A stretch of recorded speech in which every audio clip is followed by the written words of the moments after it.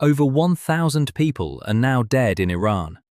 168 of them are children. A girls' elementary school was bombed.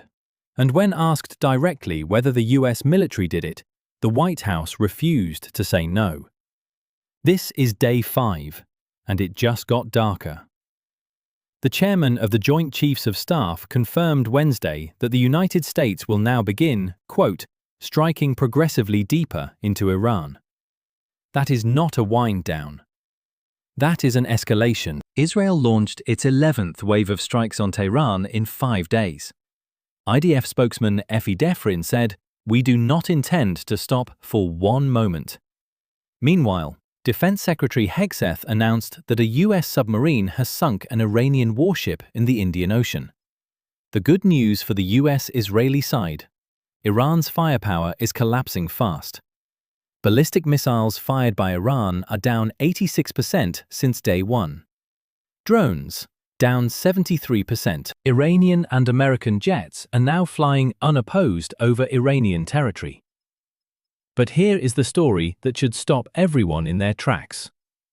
A girls' elementary school in southern Iran was struck, killing 14 teachers and over 160 people, according to Iranian state media. When the BBC's Washington correspondent asked White House Press Secretary Caroline Leavitt directly, "Can you say there is any evidence it was not a US strike?" she did not say no. She said the Department of Defense is, quote, investigating this matter. She also confirmed the US military has, quote, more than enough weapons to wage an extended war with Iran, and that the US will have, quote, complete and total dominance over Iranian airspace within hours. On Capitol Hill, Democrats tried to stop Trump.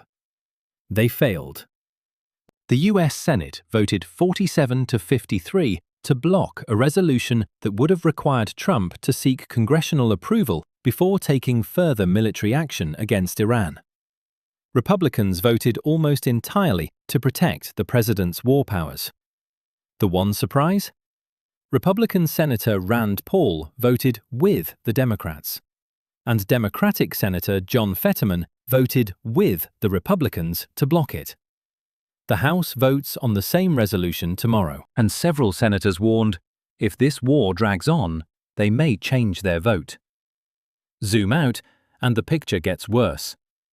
20,000 seafarers are now trapped at the Strait of Hormuz because Iran has threatened to attack any ship attempting to pass. 15,000 cruise ship passengers are also stranded, floating with nowhere to go. In Lebanon, 77 people have been killed. Hezbollah leader Naim Qassem gave his first public speech since the conflict began, declaring, "We will not surrender." French President Macron called Netanyahu personally, urging him to, quote, refrain from a ground offensive in Lebanon. And Qatar's foreign minister called Iran's foreign minister and demanded an immediate halt to all attacks on Gulf states. Back in Washington, the messaging from the White House has been extraordinary. Trump, asked to rate how the war is going, said, quote, on a scale of 10, I'd say a 15. He called it an amazing thing taking place before your eyes. His leadership PAC is now fundraising off the war, branded Operation Epic Fury, asking supporters for donations of $26, $47, or $100.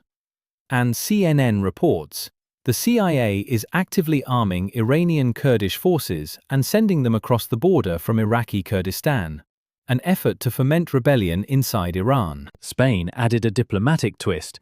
The White House claimed Spain agreed to cooperate with the US military.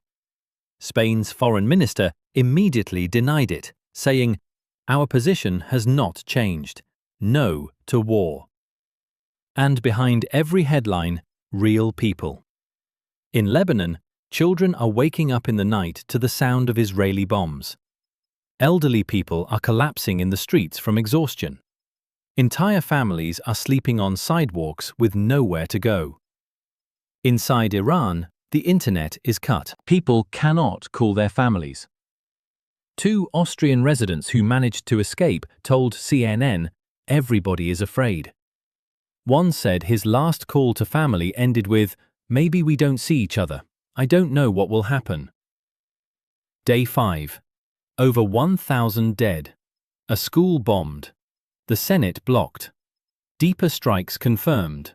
And the White House calls it a 15 out of 10.